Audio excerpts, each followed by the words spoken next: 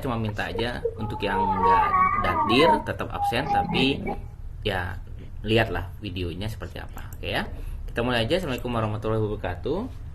Hari ini saya diminta oleh Prodi Kebidanan itu untuk mengajar materi, ada 2 materi, nanti tambah dengan 1 ya dari Pak Budiman. Itu minta untuk saya untuk menggantikan beliau, tapi kita mulai dari saya dulu. Jadi hari ini kita akan bahas tentang tinjauan literatur. Tinjauan literatur ini nanti berfungsi untuk ibu-ibu yang nanti suatu saat nih misalnya saya sebutkan bisa untuk mencari jurnal sebagai pendukung dari skripsi yang akan dibuat nanti, atau bisa juga dijadikan sumber-sumber pencarian kalau pandemi ini belum selesai, itu bisa digunakan sebagai studi literatur lah ya. Itu yang kita buat seperti itu. Nah, nanti kita lihat seperti apa sih dalam pencarian jurnal literatur atau pencarian literatur ini. Yang pertama saya akan bahas terlebih dahulu tentang penelusuran literatur. Jadi kalau disebut dengan penelusuran literatur ini, ada suatu kegiatan mencari atau menemukan kembali informasi kepustakaan mengenai suatu bidang tertentu yang ada di perpustakaan atau di luar perpustakaan dengan menggunakan bantuan literatur sekunder dan atau sarana penelusur lainnya. Tujuan penelusuran literatur ini digunakan untuk mendukung penelitian dan atau penulisan ilmiah serta bahan bacaan sesuai dengan kebutuhan pengguna perpustakaan. Nah, sebenarnya kalau kita sebutkan dengan studi pencarian literatur, sebenarnya tidak terbatas dengan kondisi apakah dia offline atau online. Jadi penelusuran literatur ini bisa saja dilakukan secara offline. Kita datang ke perpustakaan, kemudian kita mencari tentang literatur, ataupun yang saat ini sedang rame itu adalah pencarian dengan online. Nah, walaupun sebenarnya saya baik lagi ya, sebenarnya tidak mesti kita harus online. Kalau ada perpustakaan lengkap ya udah kita lebih mudah ke perpustakaan. Tapi karena saat ini sudah tidak terbatasi dengan ruang dan waktu, maka umumnya saat ini kalau kita bicara tentang penelusuran literatur, orang mindsetnya sudah ke online. Ya, walaupun teorinya nggak seperti itu. Nah, ini kemudian kita lanjut lagi. Kita lanjut dengan strategi dan penelusuran. Jadi kalau kita diminta membuat suatu, ini berubah nggak tampilan saya? Nggak, udah masuk strategi. Nah, saya stop dulu.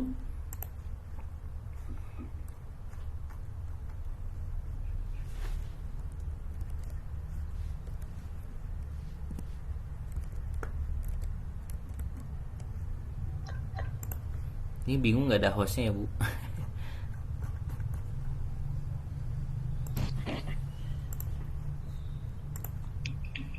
Biasanya hostnya Teli ya.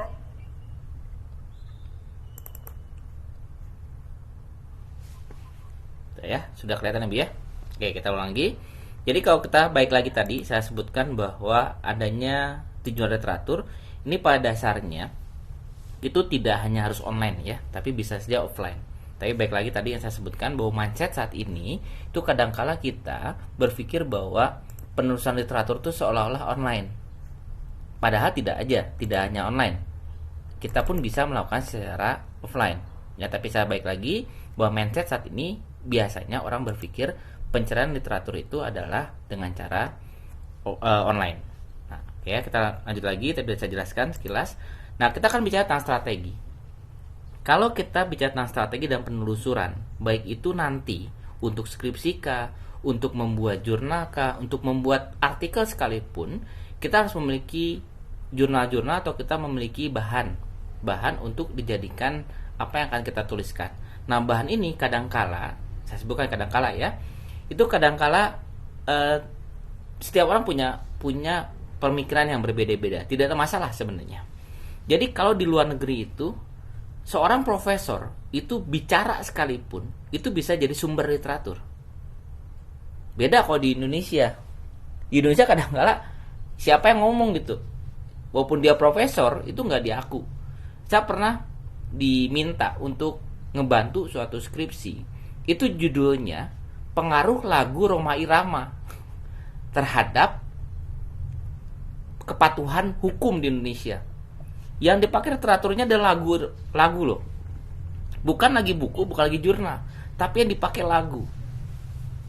Jadi yang kadang-kala kita harus sama-sama, ya baik lagi ya, seorang mahasiswa kadang-kala harus menurut terhadap pembimbing.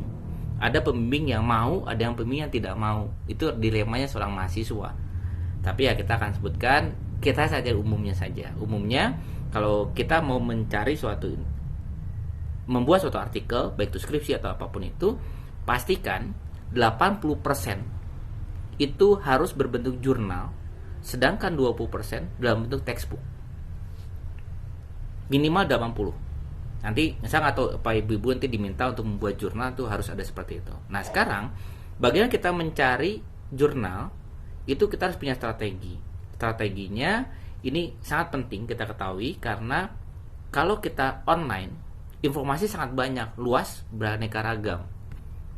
Sambil contoh, pernah ada mahasiswa bidan juga bertanya sama saya, Pak saya ingin cari jurnal tentang air susu ibu misalnya begitu.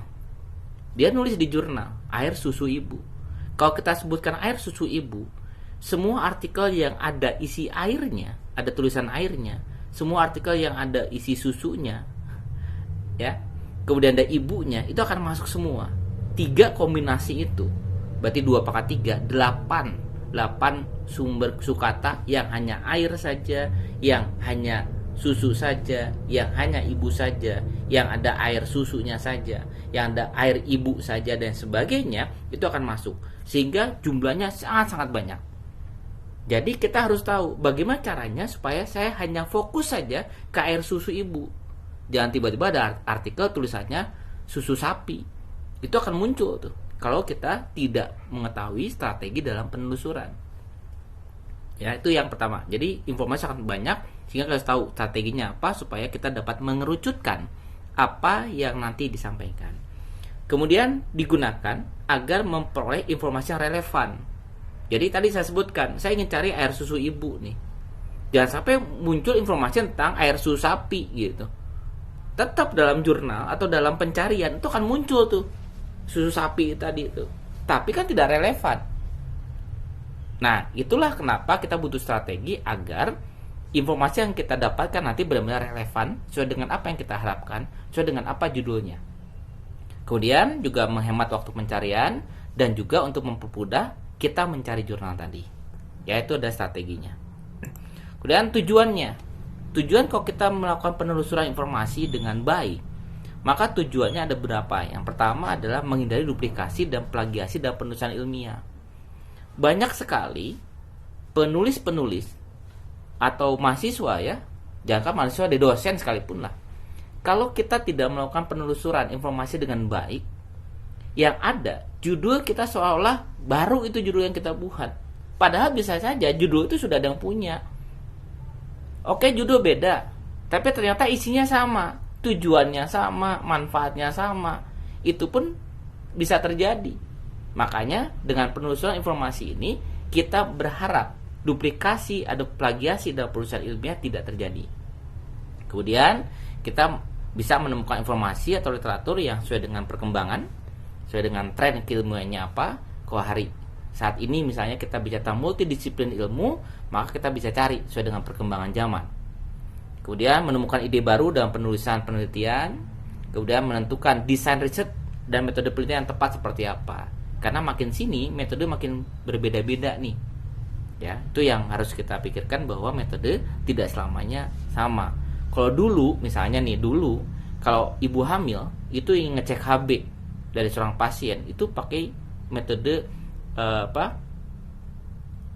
apa tuh? Masih ingat Bu metode yang pakai darah dicairkan gitu ya, kemudian kita lihat ya pakai talkis itu atau pakai lainnya. Tapi sekarang sudah beda lagi. Tren yang terbaru udah pakai POCT.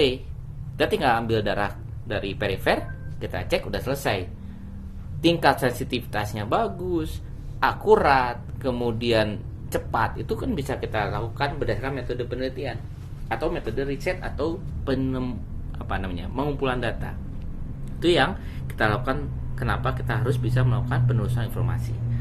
Selain itu, kita memenuhi ketentuan publikasi ilmiah, yakni harus mencari teori literatur, pembanding yang relevan. Jadi kalau nanti ibu-ibu diminta nih, saya nggak tahu apakah nanti di S1-nya itu wajib buat jurnal atau tidak. Karena aturan dari pemerintah, khususnya Dikti, bahwa S1 itu boleh lulus atau boleh mengambil jasa jika menghasilkan artikel yang dipublikasi di jurnal. Itu sudah ada aturannya, Bu, ya. Nah, itu yang kadang-kadang dilema ya. Jadi kita kuliah lagi gitu ya dengan keterbatasan. Nah, tapi mau nggak mau ijazah harus kita ambil dengan syarat kita harus menghasilkan jurnal. Nah, jurnal tadi yang kita hasilkan tadi itu harus memenuhi ketentuan dari publisher.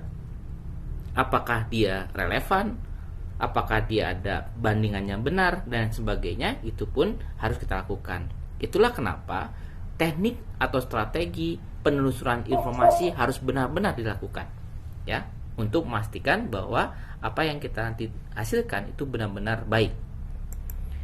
Kemudian manfaatnya apa? Manfaatnya ketika kita sudah dapatkan literatur, kita kumpulkan literatur sesuai dengan keilmuan kita, sesuai dengan relevansi dari kita, maka hasil yang nanti dikeluarkan oleh kita itu karyanya kelak mengandung unsur yang original. Kemudian ada keterbaruan dan dampak ilmiah yang tinggi. Contoh, saya punya teman yang sama-sama kuliah S3 nih. Beliau juga dari bidan. Menggunakan penelitian rumput Fatima ya. Rumput Fatima untuk melahirkan. Tapi pemeriksaannya sudah lagi ke arah biologi molekular gitu. Sudah tidak lagi pakai metode lain sebagainya. Dia langsung ke teknologi tinggi.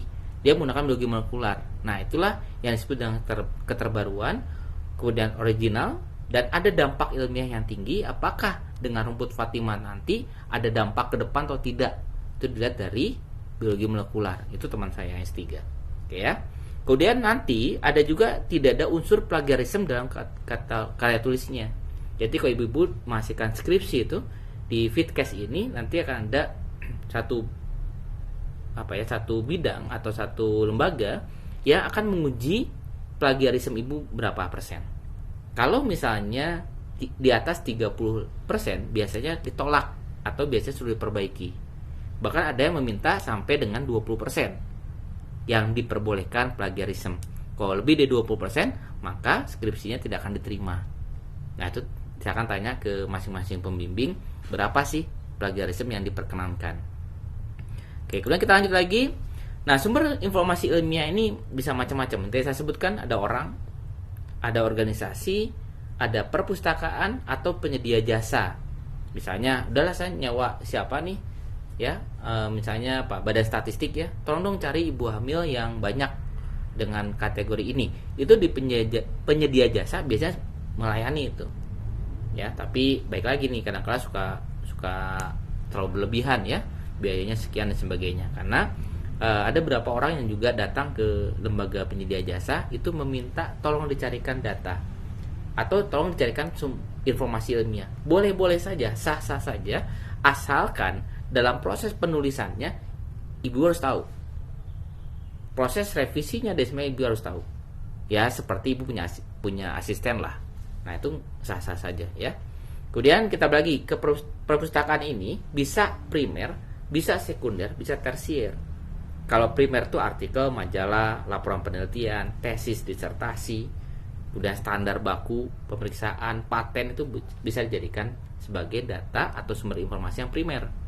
Kalau sekunder itu kamus, ensiklopedi, direktori, majalah yang indeks abstrak saja atau tinjauan literatur, bibliografi, itu hanya sekunder. Tersier, informasi, sumber informasi, kemudian guide to index ya, kemudian bagaimana mencari informasi boleh-boleh saja. Nah, tapi saya tekankan lagi, kalau ibu nanti membuat skripsi atau membuat jurnal, pastikan data primernya atau sumber primernya itu minimal 80%. Saya ada kasus lagi, datang ke saya, Pak, ini saya ditolak sama publisher. Kenapa? Saya lihat ternyata sumber literaturnya primernya 75%. Sekunder dan tersier totalnya 25, itu ditolak gitu.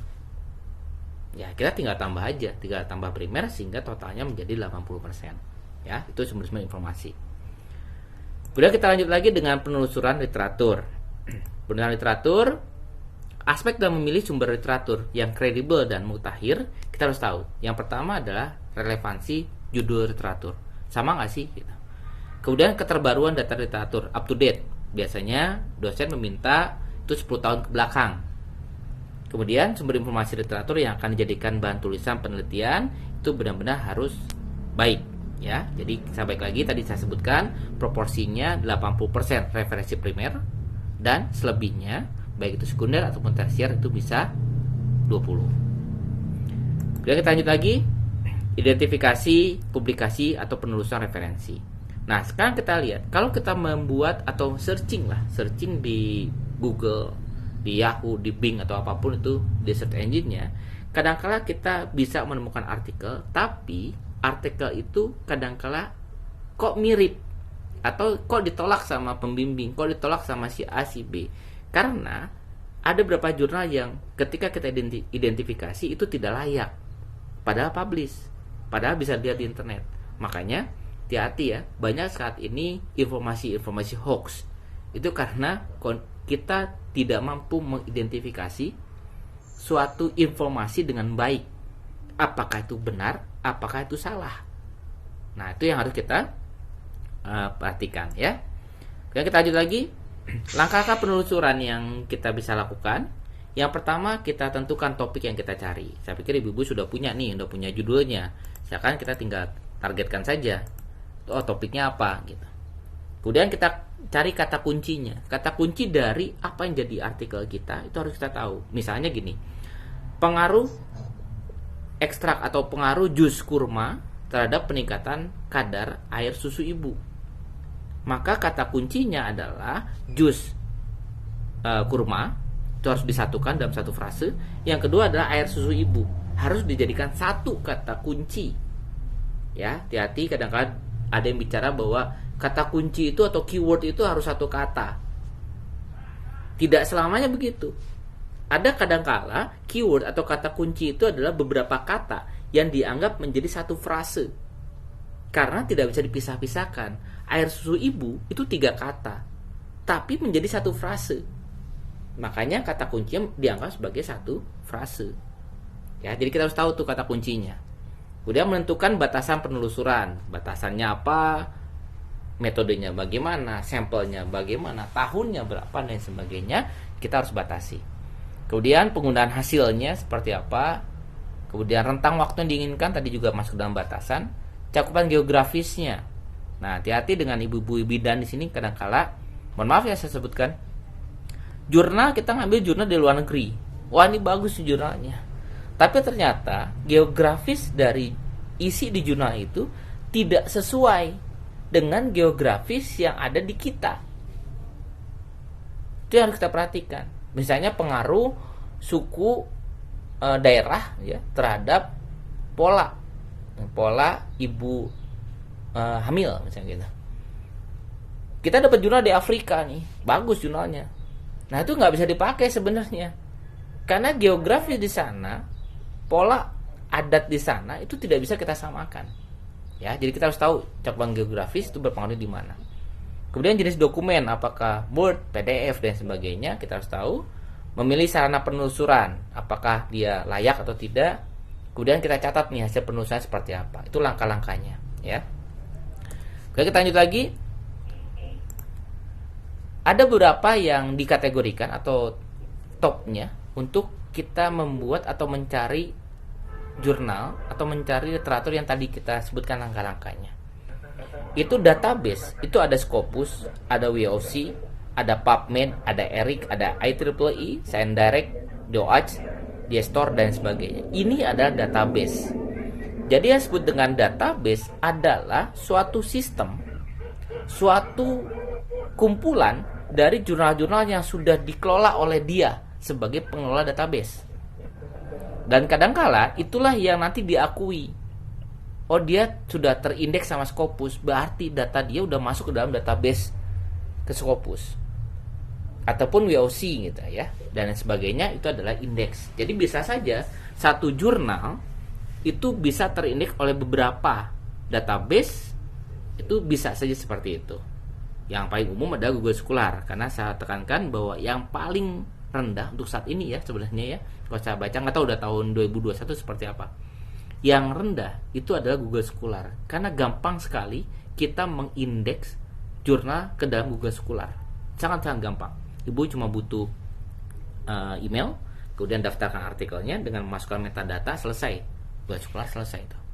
Tapi kadangkala Google Scholar itu ya bolehlah diakui, tapi tidak sebaik ketika kita bicara tentang Scopus, WOC, kemudian PubMed dan sebagainya. Oke ya. Kemudian kita lanjut lagi. Penilaian. Nah, sekarang kita lihat. Kalau kita mencari jurnal dengan langkah-langkah tadi, kita lihat nih, bagus nggak sih jurnalnya? Diakui nggak sih jurnalnya? Kita harus tahu nih kualitas literatur seperti apa. Kita tahu bahwa klasifikasi dan kriteria jurnal nanti ada jurnal nasional, ada jurnal nasional terakreditasi, ada jurnal internasional, ada jurnal internasional bereputasi, dan ada juga jurnal predator atau lembaga pengindeks palsu. Seolah Scopus padahal bukan gitu. Ya. Karena dia hanya sekedar lembaga pengindeks palsu. Kita lihat bedanya. Kalau yang namanya jurnal ilmiah itu adalah karya tulis yang ditulis dengan kaidah ilmiah dan etika penulisan. Punya ISSN, punya terbitan versi daring online yang bisa diakses dimanapun, dikelola oleh profesional, kemudian ketetapan keberkalaan, dia periodenya tiap tahun 3 kali, terus 3 kali seperti itu. Kemudian ketersediaan penunjuk penulisannya, pedoman penulisannya ya mas ya, identitas jurnalnya dan lain sebagainya. Kemudian tujuannya menampung, mengkomunikasikan hasil-hasil penelitian ilmiah dan atau konsep ilmiah dalam disiplin ilmu tertentu, misalnya hanya kebidanan, hanya keperawatan gitu ya. Makanya kadangkala saat ini yang dibutuhkan itu satu prodi harus punya satu jurnal, idealnya begitu. Karena satu prodi nanti urusannya sama pengumpulan atau menampung dari mahasiswanya. Itu yang mudah seperti itu. Kemudian tujukan kepada masyarakat ilmiah atau peneliti yang sama-sama memiliki disiplin ilmu ataupun yang relevan.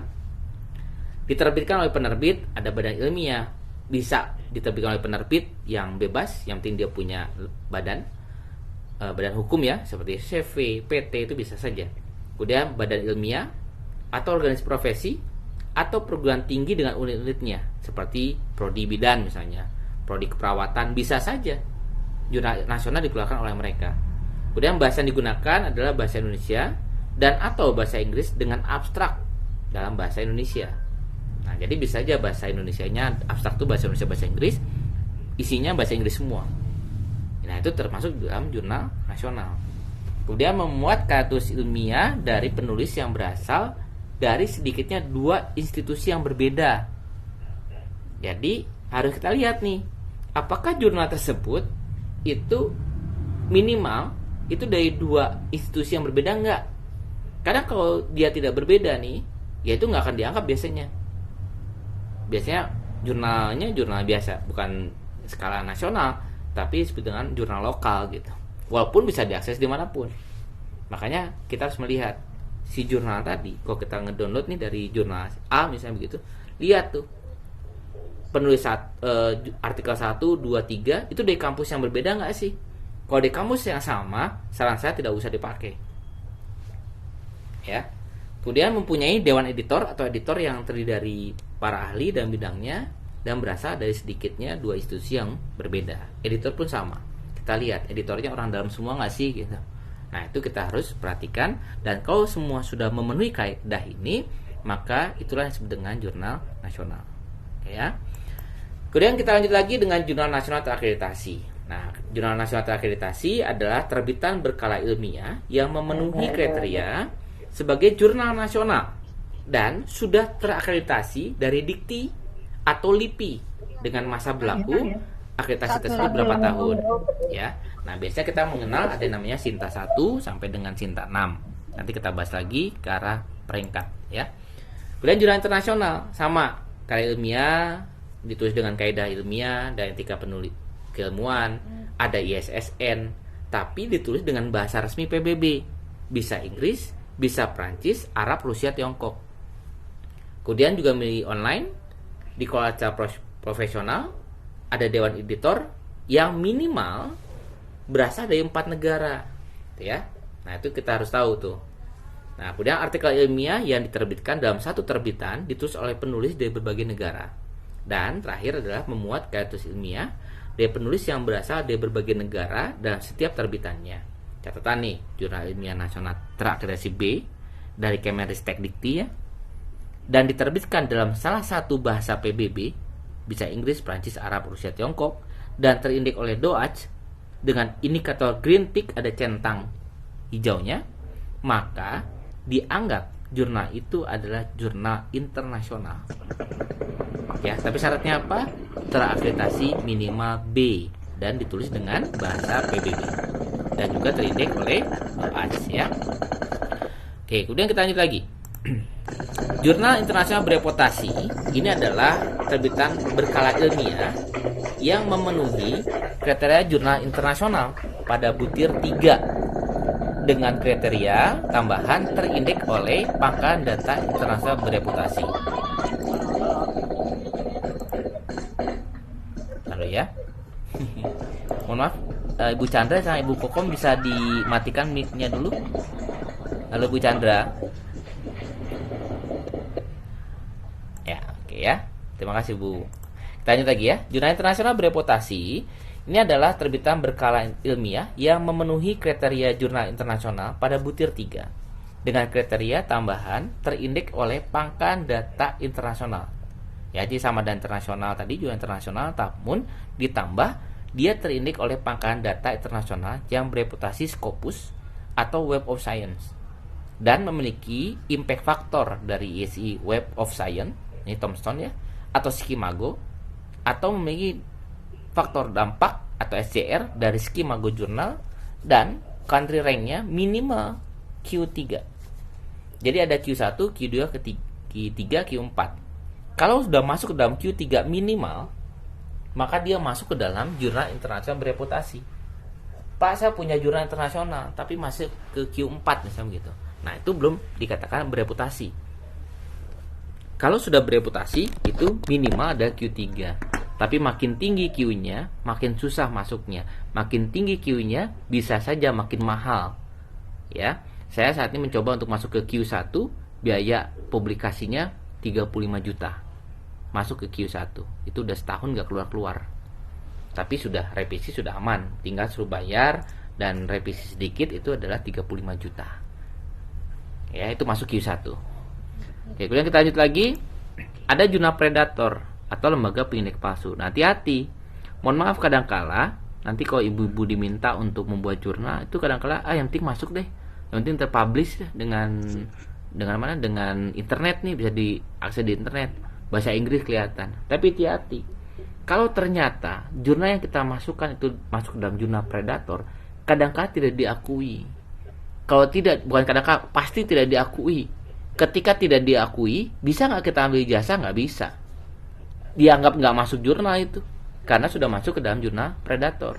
Gitu. Nah, jurnal predator ini dibuat untuk tujuan memperoleh keuntungan dan mengabaikan proses penelaahan oleh pakar di bidangnya untuk setiap artikel yang diterima oleh penerbit. Ini ada bukunya Maret 2013 ya. Di mana jurnal yang diterbitkan secara profesional harus memenuhi standar etika penerbitan seperti yang telah ditetapkan dalam BIL 2012 nih. Ya. Oleh siapa standar etika penerbitan? Oleh WASPA, oleh KOPE, oleh STM ya. Nah, ini adalah lembaga atau suatu badan yang mengawasi atau membuat suatu etika penerbitan. Nah, untuk apa sih jurnal predator itu? Jurnal predator itu biasanya jurnal terbit relatif masih baru dengan volume yang belum banyak, bahkan memiliki ISN maupun doi palsu. Dia bisa tuh mencantumkan ada ISSN-nya. Dicek coba. Ada nggak tuh ISSN-nya? Kalau ternyata tidak ada, berarti dia jurnal predator. Jangan mau masuk situ. Oh, murah masuknya cuma 500.000, 1 juta, tapi tidak punya ISSN dan masuk dalam jurnal predator, jangan mau. Karena tidak akan diaku. Oke ya. Kemudian lembaga dan alamat penerbit yang tidak jelas. Ini alamatnya di mana? Kita cek ternyata tidak ada. Kemudian rekam jejak editor in chief-nya, serta editor board-nya tidak jelas. Bahkan nggak ada rekam jejak karyanya. Nah, sekarang setiap reviewer itu akan masuk ke Pablon namanya. Pablon itu adalah rekam jejak dari reviewer, rekam jejak di editor. Ya, nanti Bu akan tulis nama saya tuh. Nanti akan masuk di Pablon karena saya adalah bagian dari satu reviewer internasional. Nah, itu harus kelihatan tuh. Kalau nggak ada tuh, jangan mau. Karena nanti itu nggak akan diaku. Ya, kemudian proses penelaahan tidak sesuai dengan kaidah dan cenderung basa-basi. Oh ya, ini bagus. Bisa Ibu ngirim ini artikel. Sudah sesuai. Seolah-olah kayaknya tidak ada nih. Tidak ada penelaahan. Saya sering melihat begitu. Ada yang bangga dengan masuk jurnal internasional, dilihat nih, kok di dalam jurnalnya ada tabel 4.1, tabel 4.3, sedangkan di jurnal tidak ada tuh bab-bab seperti itu.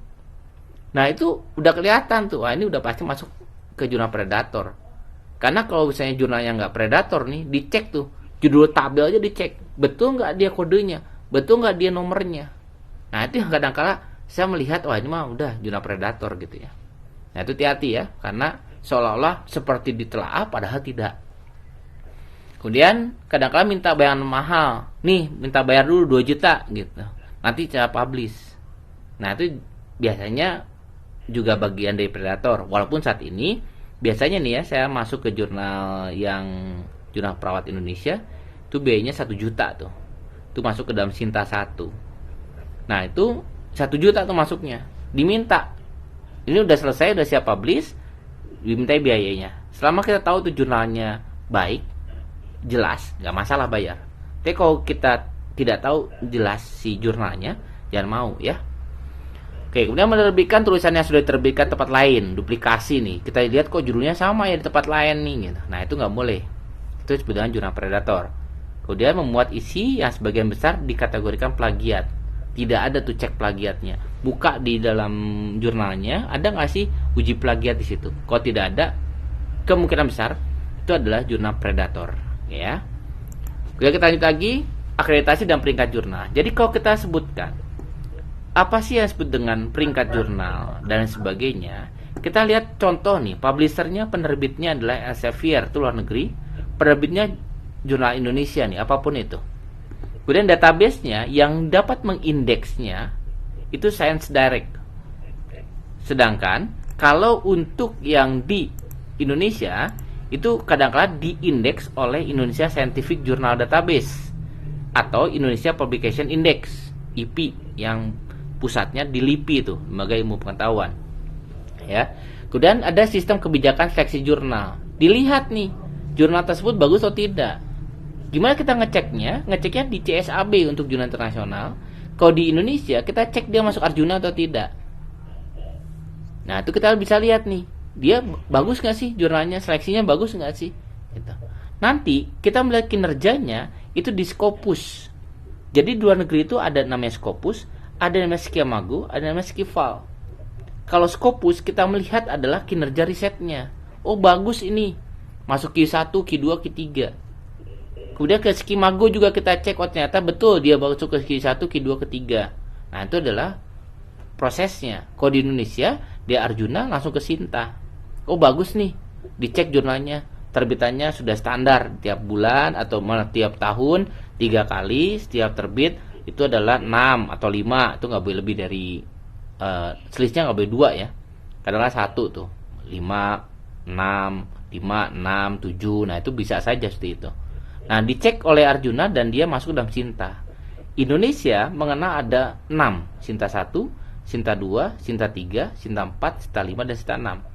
Makin kecil S-nya, S1 itu makin bagus kinerjanya, makin bagus analisisnya, makin sering diceknya.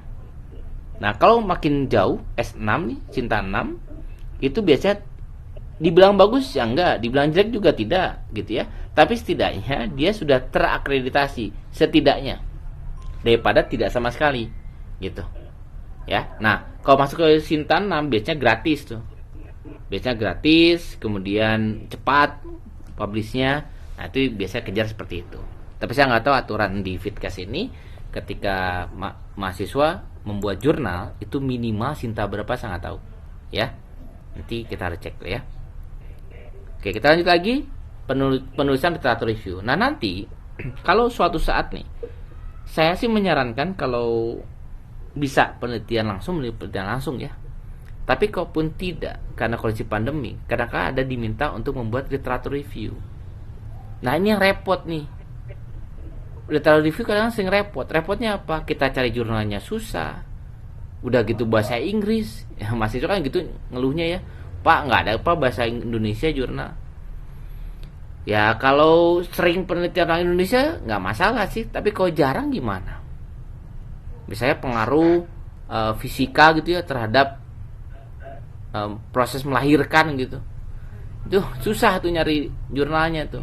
Ya kebetulan saya juga ngajar fisika kesehatan di bidan di Poltekkes. Itu kalau saya minta anak mahasiswa cari jurnal berhubungan sama fisika nggak sulit sekali ditemukan. Kecuali bahasa Inggris. Nah ketika bahasa Inggris mahasiswa suka ngeluh. Ngeluhnya apa? Bahasa Inggrisnya susah pak. Saya terjemahinnya susah. Nah repot lagi ya kalau gitu ya. Tapi baik lagi. Kalau kita terpaksa membuat atau diminta literatur review, berarti mau nggak mau kita harus pandai mencari jurnal seperti apa.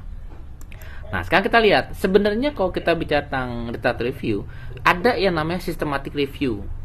Nah ini yang kadang-kala sering masih diperdebatkan ya. Diminta literatur review, tapi kok dibimbingnya seolah-olah membuat systematic review. Itu yang sering kali tuh, Pak kenapa ya begini. Loh dimintanya apa? Literatur review kah atau systematic review? Kalau systematic review atau kalau literatur review nggak usah jauh-jauh pembahasannya, cukup gini. Tapi kalau sudah masuk ke dalam systematic review, pembahasan harus lebih dalam. Karena apa? Karena definisi dari systematic review itu tinjauan dari tingkat tinggi dari peneliti utama pada pernyataan yang terfokus, yang identifikasi, memilih, ada sintesis di situ, ada menilai semua bukti penelitian berkualitas tinggi yang relevan dengan pertanyaan. Sedangkan kalau literatur review secara kualitatif hanya merangkum bukti tentang suatu topik menggunakan metode informal atau subjektif untuk mengumpulkan dan menafsirkan studi.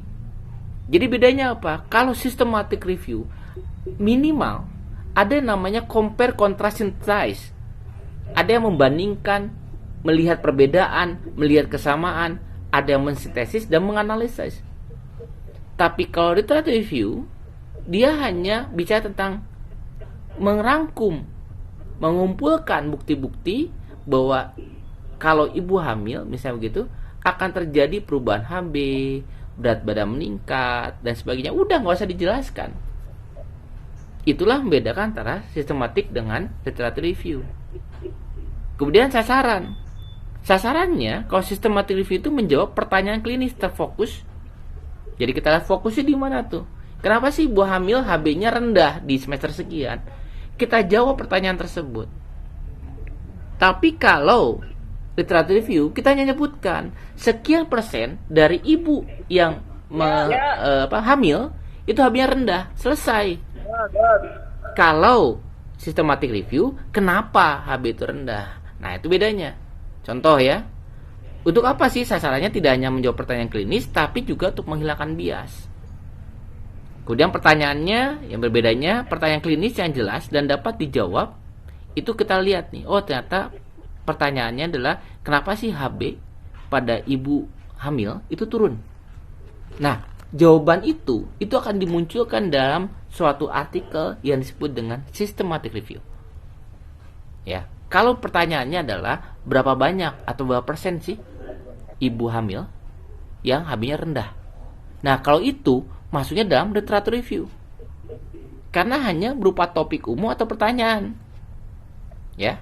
Kemudian pertanyaan lainnya, biasanya kalau systematic review itu menggunakan suatu panduan yang sebenarnya PICOS atau lain sebagainya ya, itu ada tuh. Nanti kita bahas ya. Tapi kalau literatur review hanya khusus apa, bagaimana dan sebagainya. Kemudian komponen nih, kriteria kelayakan yang ditentukan sebelumnya. Itu kita lihat kriterianya. Harus seperti apa ibu hamilnya, dia sudah melahirkan berapa kali gitu ya, primipara ya apa namanya tuh, saya lupa ya. Nah seperti itu yang kita lihat kriterianya. Tapi kalau literatur review hanya ngomong soal metode pendahuluan, diskusi, kesimpulan, daftar referensi, selesai. Tidak ada yang namanya kita tentukan kriterianya, kemudian gimana si ibu hamil itu kita dapatkan, kemudian bagaimana kita memvalidasi dari si temuan-temuan ibu hamil tadi, betul nggak sih dia anaknya baru 3 gitu. Itu harus ada seperti itu. Interpretasi dan penyajian hasilnya pun harus detail. Dan juga daftar referensi. Inilah komponen dari systematic review. Ada strategi mencarinya. Ya, hati-hati ya, bedakan seperti itu. Ya, jadi kalau enggak, silakan Anda buat literatur review, tapi sama dosennya enggak gini, harusnya begitu. Nah, itu nanti berubah tuh. Jadi systematic review. Ya. Dan kalau ya itu setiap orang punya pedoman masing-masing ya.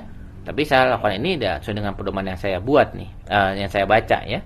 Kemudian jumlah penulis 3 atau lebih. Kalau literatur review bisa 1 atau lebih.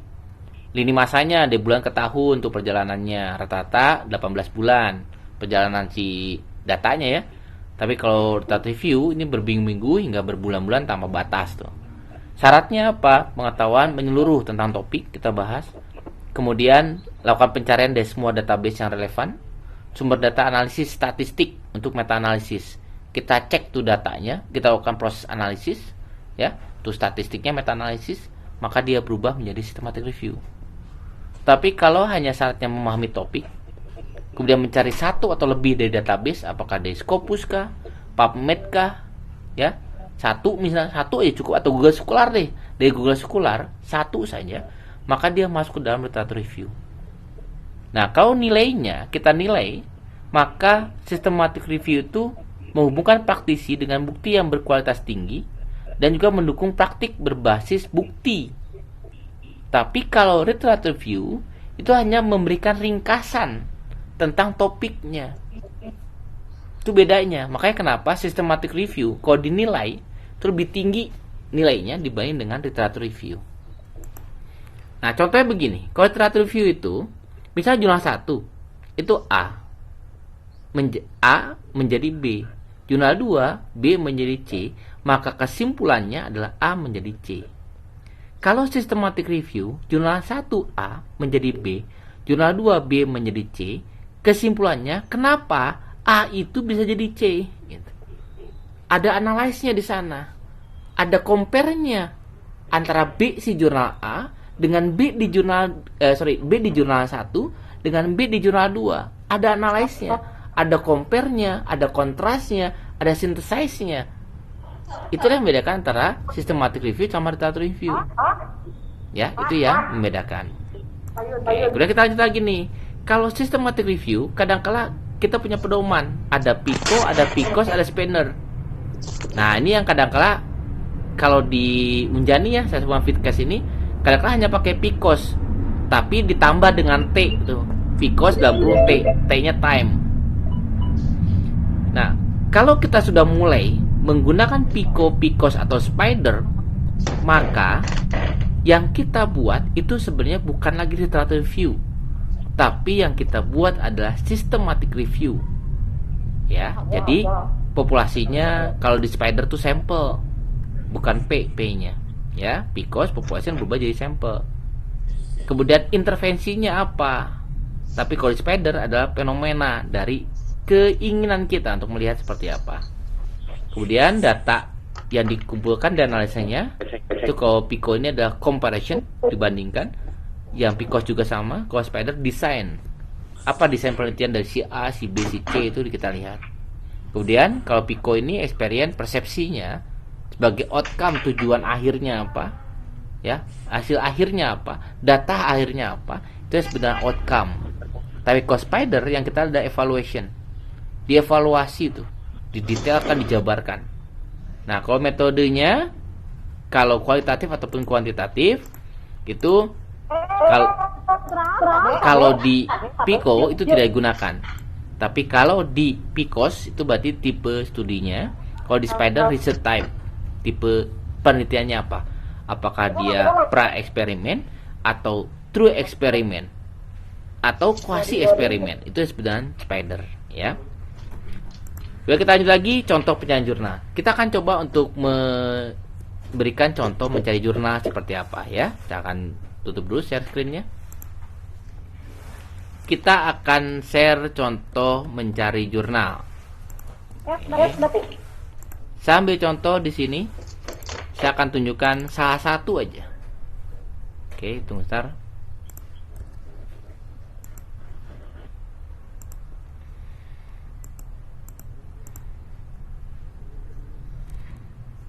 Saya akan berikan contoh cara satu mencari jurnal.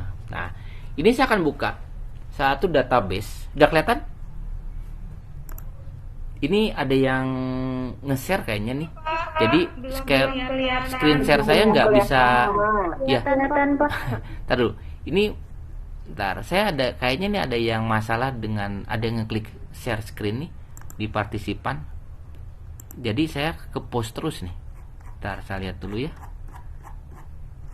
Ini emang nggak ada hostnya ya. Oke, kita cek dulu. Ini soalnya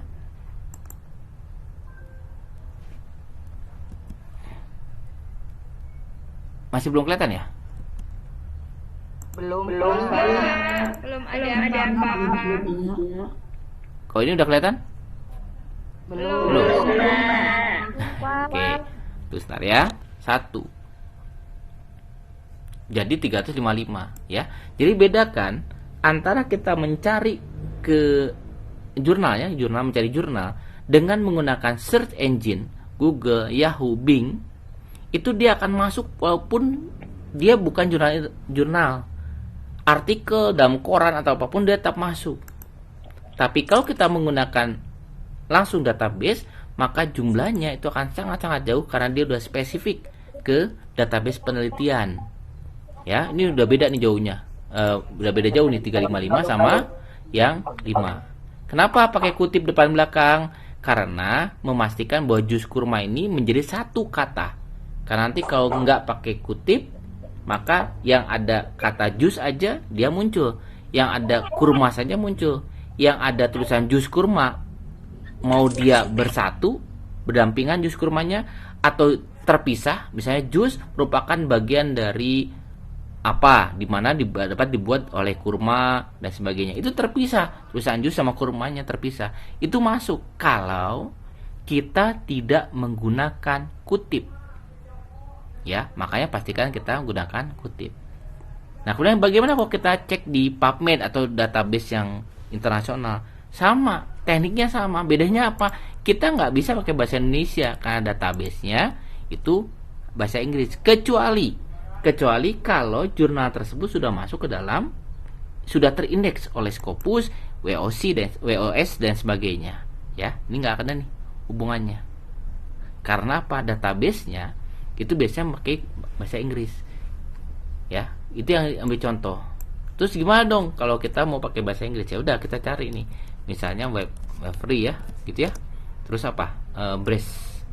Breastfeeding ya, betul ya? Breastfeed. Nah, kalau kita cari seperti ini, maka jurnalnya menjadi 383. Saya ingin cari nih rentang waktunya, tinggal kita klik dulu yang panahnya, kita geser nih sampai 2011. Nah, kemudian kita cari lagi, tunggu, maka berubah jadi 332. Itu dari 2021 sampai dengan 2021. Saya hanya ngambil yang free atau saya ngambil full text, maka jumlahnya bertambah nih 3. Oke, kalau nggak bertambah berarti sama aja ya, antara full free semuanya berarti free. Kalau saya ingin semuanya abstrak sekalipun, tapi hati-hati, saya tekan lagi, kalau mengambil abstrak itu masuk ke dalam sekunder, bukan primer. Jadi 328 tanpa abstrak tadi menjadi 332 ya, itu bedanya. Nah, kalau misalnya kita ingin detail lagi, saya akan cari nih tipenya mau apa. Mau clinical trial, mau meta analysis dan sebagainya. Panas. Taruh ya. Ibu Yeti, mohon maaf Ibu Yeti, bisa dimatikan mic-nya Bu Yeti. Iya. Gak apa-apa Bu. Kenapa jadi nyala? Oke, kita lanjut lagi ya Bu. Jadi kita lihat seperti ini. Kenapa dia banyak? Biasanya karena kata kunci yang kita gunakan ini tidak banyak. Makanya gunakan kata kunci yang banyak sekalipun nggak masalah. Jangan seperti kita buat jurnal maksimal 5 kata kunci, jangan. Search engine bisa tidak terbatas. Jadi kita bisa gunakan Maverick, BlizzFeed misalnya gitu, atau kita kasih apa, misalnya coffee gitu ya. Misalnya gini. Nah, ini bisa saja, nggak ada yang pakai ini ya. Atau misalnya mau apa, apapun itulah. Jadi kita gunakan seperti itu. Jus kurma itu bahasa Latinnya apa ya, misalnya seperti itu. Nah, kita tinggal terjemahkan dari bahasa Inggris masuk ke sini. Namun pada dasarnya kalau kita mau dia jadikan satu, kita pastikan pakai kutip depan dan belakang. Itu dua kata atau lebih dari dua kata dianggap menjadi satu kata. Oh, ternyata ada ya. Meaning of briefly 380, tapi kita tarik lagi sini. Nah, itu yang membedakan bagaimana kita mencari jurnal dengan baik dan benar dan lebih efektif, lebih efisien untuk kita spesifik. Ya, jadi saya tekankan lagi sekali lagi nih. Oh, berarti ini kalau gini nggak ada yang sama ya. Berarti dianggap yang tadi di awal. Jadi sekali lagi saya tekankan, kalau misalnya untuk yang di Indonesia atau di search engine, pastikan kita buat kata kuncinya sespesifik mungkin.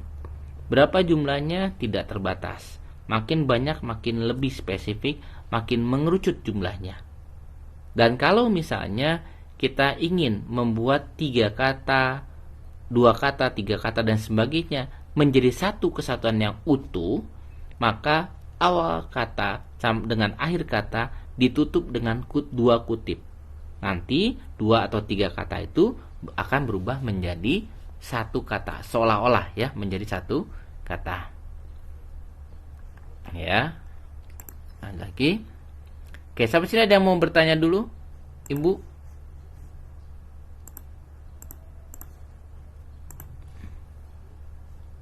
Ada yang mau tanya lagi? Tadi kita sudah sampai mana tadi?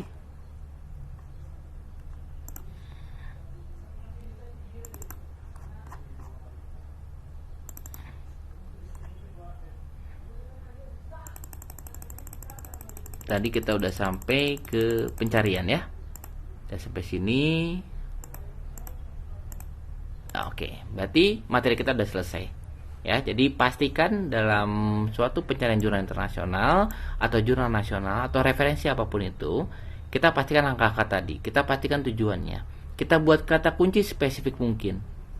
Lebih efisien misalnya kita buat tadi menjadi berapa frase. Yang asal 2 kata kita anggap untuk menjadi satu frase, maka kita tutup dengan 2 kutip. Ya, pada dasarnya mencari jurnal tidak sulit. Asalkan kata kuncinya kita bisa jelas. Oke. Sampai sini ada yang mau bertanyakan, Bu?